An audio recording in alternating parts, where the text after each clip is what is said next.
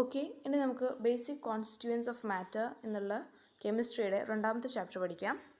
Okay, ഇതിൽ പ്രധാനപ്പെട്ട points മാത്രമാണ് നമ്മൾ നോട്ട് ചെയ്ത് ചെയ്യുന്നത്, റിവിഷൻ ആയതുകൊണ്ട്. ഇതിൽ നമുക്ക് പ്യുവർ സബ്സ്റ്റൻസിനെ വീണ്ടും ക്ലാസിഫൈ ചെയ്ത് എലമെൻറ്റ്സ് ആൻഡ് കോമ്പൗണ്ട്സ് ആക്കിയിട്ട് പഠിക്കാൻ ഉള്ളതാണല്ലേ ഉള്ളത്. അപ്പോൾ ഫസ്റ്റ് ഇതിലൊന്നും ഞാൻ പോകുന്നില്ല, കാരണം അത് ഷുഗർ ക്യാൻറ്റീനെ ഒരു പീസായിട്ട് ബ്രേക്ക് ചെയ്തിട്ട് അതിൽ ഒന്ന് കിട്ടുന്നതാണ് പറയുന്നത്. അപ്പം ഒരു പ്യുവർ സബ്സ്റ്റൻസിനെ ബ്രേക്ക് ചെയ്യുമ്പോൾ അതൊരു എലമെൻറ്റ്സ് ആയി മാറുന്നുണ്ട് അല്ലേ. അപ്പം ഷുഗർ എന്താ ചെയ്യുന്നത്, ഷുഗർ ഹീറ്റ് ചെയ്യുമ്പോൾ അത് കാർബണും വാട്ടറുമായിട്ട് മാറും അല്ലേ. അപ്പം കാർബൺ ഒരു എലമെൻ്റാണ്, വാട്ടർ വേറെ പ്യുവർ സബ്സ്റ്റൻസ് ആണ്. പക്ഷേ പ്യുവർ സബ്സ്റ്റൻസിന് നമ്മൾ വീണ്ടും ക്ലാസിഫൈ ചെയ്യുമ്പോൾ എലമെൻറ്റ്സ് ആവുന്നു. വാട്ടറിൽ ഏതൊക്കെ എലമെൻറ്റ്സ് ആണുള്ളത്? ഹൈഡ്രജൻ ആൻഡ് ഓക്സിജൻ, H2O എന്നാണല്ലോ അതിൻ്റെ കെമിക്കൽ നെയിം. അപ്പം വാട്ടർ H2O ആയി മാറുന്നു. ഹൈഡ്രജൻ ആൻഡ് ഓക്സിജൻ, ഒരു ഹൈഡ്രജൻ മോളിക്യൂളും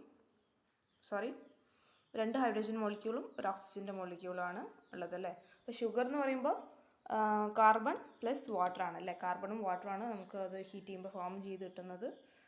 വാട്ടറിനെ നമ്മൾ വീണ്ടും ക്ലാസിഫൈ ചെയ്യുമ്പോൾ അത് ഹൈഡ്രജനും ഓക്സിജനും ആയിട്ട് മാറുന്നു. So CH2O. അപ്പോൾ നമ്മൾ എലമെൻസിൻ്റെ സിമ്പിൾസൊക്കെ പഠിച്ചിട്ടുണ്ട്, ഇതൊക്കെ ഇമ്പോർട്ടൻ്റ് ആണ് കേട്ടോ അതിൽ. Sugar, a pure substance, can be further divided into carbon, hydrogen and oxygen. Similarly, another pure substance, water, can be divided into hydrogen and oxygen. Okay. But at the same time, pure substance like carbon, hydrogen, oxygen, gold and silver cannot be further divided into components by chemical reaction. അപ്പം ഈ എലമെൻസിനെ വീണ്ടും നമുക്ക് അത് ഓരോരോ components ആയിട്ട് മാറ്റാൻ പറ്റില്ല. Okay, അപ്പോൾ നമുക്ക് എലമെൻറ്റ്സ് ആൻഡ് കോമ്പൗണ്ട്സ് എന്നുള്ള പാർട്ടിലേക്ക് കിടക്കാം. Don't you realize that pure substances are of two kinds? Of these, pure substances which cannot be further decomposed through chemical process are called elements. Okay, അപ്പോൾ എന്താണ് elements? Pure substance which cannot be further decomposed through chemical processes are called elements. Pure സബ്സ്റ്റൻസിൽ അപ്പോൾ നമ്മൾ ഇങ്ങനെ ഒരു note അതിനായിട്ട് തയ്യാറാക്കുക. Pure substances elements compound ആയിട്ട് ഡിവൈഡ് ചെയ്തിട്ടുണ്ട്. എലമെൻറ്റ് എന്താണ്?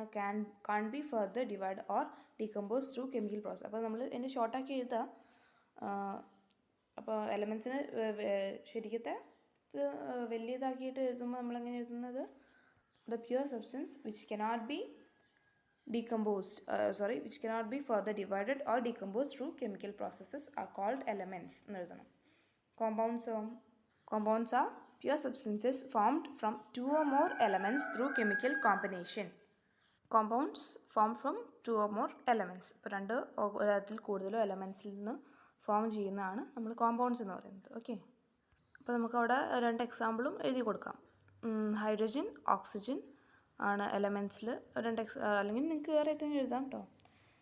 കോമ്പൗണ്ടിൽ വാട്ടറും ഷുഗറാണ് ഞാൻ എഴുതിയിട്ടുള്ളത്. ഓക്കെ, അപ്പോൾ ഇങ്ങനെ നമ്മൾ വായിക്കുമ്പോൾ തന്നെ ചെറിയ ചെറിയ പോയിൻ്റ് ആക്കി വെച്ച് നമ്മൾ നോട്ട് തയ്യാറാക്കണം. ഓക്കെ, അതിൻ്റെ താഴെ നമുക്ക് കൊടുത്തിട്ടുണ്ട് elements are pure substances which cannot be split into simpler components through chemical processes. Compounds are substances formed by combination of two or more elements through chemical reaction. നിങ്ങൾക്ക് ഇതിൽ ഏത് definition വേണമെങ്കിലും എടുത്തെഴുതാം. Okay, അടുത്തത് നമുക്ക് പഠിക്കാനുള്ളത് origin of the names of element. എലമെൻറ്റ്സിൻ്റെ പേര് origin ചെയ്തത് എങ്ങനെയാണെന്നുള്ളതാണ്. ഫസ്റ്റ് എലമെൻറ്റ് നമുക്ക് കൊടുത്തിട്ടുണ്ട് polonium. Basis of naming is Poland, country. Curium, Marie Curie, scientist. Chromium, chrome, colour. Indium, indigo, colour. Chlorine, chloro, colour. Neptune, planet. Europium, Europe, continent അല്ലേ.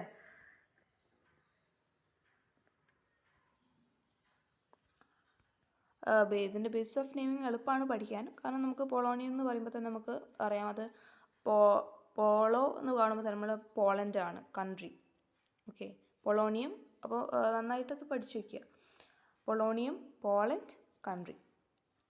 Curium, Marie Curie, scientist. Chromium, അപ്പോൾ തന്നെ ഓർക്കുക Chrome. Colour, indium, indigo, colour. Chlorine, chloro, colour. Neptunium, europium, അപ്പോൾ നമുക്ക് പെട്ടെന്ന് കിട്ടുന്നതാണ്. കാരണം Neptune എന്ന് പറയുമ്പോൾ അപ്പോൾ തന്നെ നമുക്ക് ഓർമ്മ വരുന്നത് നെപ്റ്റ്യൂണാണ്. യൂറോപ്യം എന്ന് പറയുമ്പോൾ യൂറോപ്പും. Polonium Poland. Curium Marie Curie. Chromium ക്രോമാണ്, കളറാണ്. ഓക്കെ, ഏതൊക്കെയാണ് കളർ വരുന്നത്? ക്രോമിയും ഇൻഡിയും ക്ലോറിനുമാണ് കളറായിട്ട് വരുന്നത് അല്ലേ. സയൻറ്റിസ്റ്റ് ഏതാണ്? Curium Marie Curie. കൺട്രി വരുന്നത് പൊളോണിയം യൂറോപ്യം, യൂറോപ്പ് കോണ്ടിനെൻ്റ് ആണ്. Neptune planet, europium continent, base of naming. Okay, അതിൻ്റെ താഴത്ത് നമുക്ക് കൊടുത്തിട്ടുണ്ട് ഫില്ല് ചെയ്യാനായിട്ട് എലമെൻറ്റും ബേസ് ഓഫ് നെയിമിങ്. അമേരിക്കം എന്താണ്? അമേരിക്ക കൺട്രി, ഒക്കെ നമുക്ക് പെട്ടെന്ന് മനസ്സിലാവുന്നതാണ്. Francium France country. റുബീഡിയം എന്താണ്? റുബീഡിയം ആണ് നമുക്ക് പെട്ടെന്ന് മനസ്സിലാവാത്തതായിട്ട് ഉള്ളത്. Mendelevium rutherfordium. ടൈറ്റാനിയം അല്ലേ. റുബീഡിയം എന്ന് വെച്ച് കഴിഞ്ഞാൽ ലാറ്റിൻ വേർഡ് റുബിഡസ് എന്നുള്ള വേർഡിൽ നിന്നാണ് ഈ റുബീഡിയം എന്നുള്ള ഇതിൻ്റെ ബേസിസ് ഓഫ് നെയിമിങ്. അത് മനസ്സിലാക്കി പഠിച്ചാൽ മനസ്സിലാവുന്നതേ ഉള്ളൂ അല്ലേ. റുബിഡസ്, റുബീഡിയം അങ്ങനെ ആലോചിക്കുക, ലാറ്റിൻ വേർഡാണ്. ഓക്കെ, അടുത്തത് പ്ലൂട്ടോണിയം. പ്ലാനറ്റ് ആണ് പ്ലൂട്ടോ, അതറിയാലോ, അപ്പോൾ അത് ഈസിയാണ് അല്ലേ. അടുത്തത് ടൈറ്റാനിയം. ടൈറ്റാൻസ് ഗ്രീക്ക് മിത്തോളജിയിലെ ടൈറ്റാൻസ് എന്നുള്ളതിൽ നിന്നാണ് ആ പേര് വന്നത്.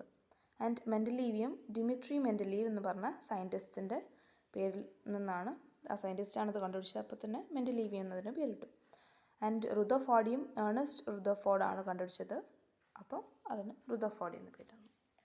അപ്പം ഈ മെൻഡലീവിയം, റുദർഫോർഡിയം, പിന്നെ ടൈറ്റാനിയം ആൻഡ് റുബീഡിയം ആണ് ഇതിൽ നമുക്ക് പെട്ടെന്ന് മനസ്സിലാവാതിരിക്കുന്നത്. പക്ഷേ നമുക്കത് പഠിച്ചു കഴിഞ്ഞാൽ ഈസിയാണ്. അടുത്തത് സിമ്പിൾസ് ആണ്. നമ്മൾ ഈ എലമെൻസിനൊക്കെ ഉപയോഗിക്കുന്ന symbols. Symbols are used for representing elements. Symbols are assigned to elements in different ways. Look at the given examples. Carbon, C, oxygen, O, nitrogen, N, hydrogen, H, sulfur, S. അതിൻ്റെയൊക്കെ first letter ആണല്ലേ കൊടുത്തിട്ടുള്ളത്. The first letter of the English name is used as a symbol for the elements of the table. The capital letter are used as the symbols, but for some elements along with the first letter and the second letter or another prominent letter is also used in the symbol as a small letter. Okay, അപ്പം ഇതിൽ നമ്മൾ first letter മാത്രമാണ് ഉപയോഗിച്ചിട്ടുള്ളത്.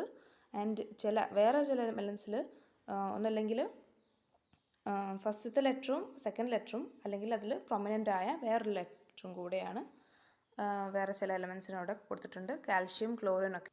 ഏതൊക്കെയാണത്? Calcium Ca, chlorine Cl, CH അല്ല കൊടുത്തത്, Cl ആണ് കൊടുത്തിട്ടുള്ളത്. അപ്പോൾ പ്രൊമിനൻ്റ് അല്ല, വേറൊരു പ്രൊമിനൻ്റ് ലെറ്റർ കൊടുത്താണ്. ക്രോമിയത്തിനോ Cr ആണ് കൊടുത്തിട്ടുള്ളത് അല്ലേ. ബ്രോമൈൻ Br, ബെറിലിയം Be. അതൊക്കെ ഫസ്റ്റ് ആൻഡ് സെക്കൻഡ് ലെറ്റർ ആണല്ലേ. ഓക്കെ, അപ്പോൾ അതൊക്കെ ഈസിയാണ്, വെറുതെ ഒന്ന് വായിച്ചു പോയാൽ തന്നെ നമുക്ക് മനസ്സിലാവും. പക്ഷേ അത് നന്നായി പഠിക്കേണ്ട പാർട്ടൊക്കെയാണ് കേട്ടോ.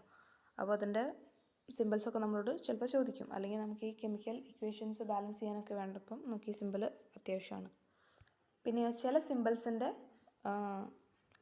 ചില എലമെൻസിൻ്റെ സിമ്പിൾ എന്താണ്? അതിൻ്റെ ലാറ്റിൻ വേർഡ്സ് എന്നാണ് ഡിറൈവ് ചെയ്തിരിക്കുന്നത്. ഏതൊക്കെയാണ് elements? Sodium, potassium, copper, iron. സോഡിയത്തിൻ്റെ ലാറ്റിൻ നെയിം എന്താണ്? നാട്രിയം, അതുകൊണ്ടാണ് Na എന്നതിൻ്റെ സിമ്പിൾ വന്നത്. പൊട്ടാസ്യം കാലിയം, K എന്ന് കൊടുത്തിട്ടുണ്ട്. Copper cuprum, Cu. Iron ferrum, Fe. അപ്പോൾ അതൊരു 2 പ്രാവശ്യം അല്ലെങ്കിൽ 3 പ്രാവശ്യം വായിച്ചു കഴിഞ്ഞാൽ നമുക്ക് പെട്ടെന്ന് മനസ്സിലാവാനേ ഉള്ളൂ. ചിലപ്പോൾ ഇങ്ങനെ വേണമെങ്കിൽ വൺ വേർഡൊക്കെ ചോദിക്കാം. What is the Latin name of sodium? അപ്പോൾ നാട്രിയം എന്ന് എഴുതുക. പൊട്ടാസ്യത്തിൻ്റെ kalium, copper cuprum and iron ferrum. അപ്പോൾ അതിൻ്റെ symbols Na, potassium K, cuprum Cu, iron Fe. അപ്പോൾ നമുക്ക് തന്നെ ഇതിൽ ടെക്സ്റ്റ് നോക്കി നമ്മൾ ക്വസ്റ്റ്യൻ ഇട്ടിട്ട് പിന്നെ ടെക്സ്റ്റ് മാറ്റി വെച്ചിട്ട് നമുക്ക് തന്നെ ഇത് ഒരു എക്സാം ആയിട്ട് നടത്തി എഴുതാവുന്നതാണ്. ഓക്കെ, അപ്പോൾ ഒറ്റയ്ക്ക് തന്നെ അത് നമുക്ക് ചെയ്ത് നോക്കിയിട്ട് എത്ര എണ്ണം നമുക്കത് എഴുതാൻ പറ്റുന്നുണ്ട് എന്നുള്ളതൊക്കെ നിങ്ങൾ നോക്കുക. ഓക്കെ.